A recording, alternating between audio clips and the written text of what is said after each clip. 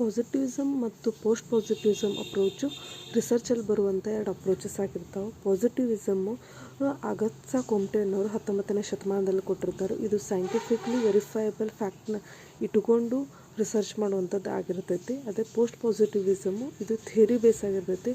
Observation plus ಎಕ್ಸ್ಪೀರಿಯನ್ಸ್ದಿಂದ theory form ಮಾಡ್ತೀವಿ. Positivism research deductive reasoning ಸಂಬಂಧಪಟ್ಟಿರ್ತೈತಿ, ಕ್ವಾಂಟಿಟೇಟಿವ್ ಸಂಬಂಧಪಟ್ಟಿರ್ತೈತಿ, ಆಬ್ಜೆಕ್ಟಿವ್ ಓರಿಯೆಂಟೆಡ್ ಆಗಿರ್ತೈತಿ. ಅದೇ ರೀತಿ post positivism research inductive reasoning, subject oriented, qualitative ರಿಸರ್ಚ್ಗೆ ರಿಲೇಟೆಡ್ ಆಗಿರ್ತೈತಿ.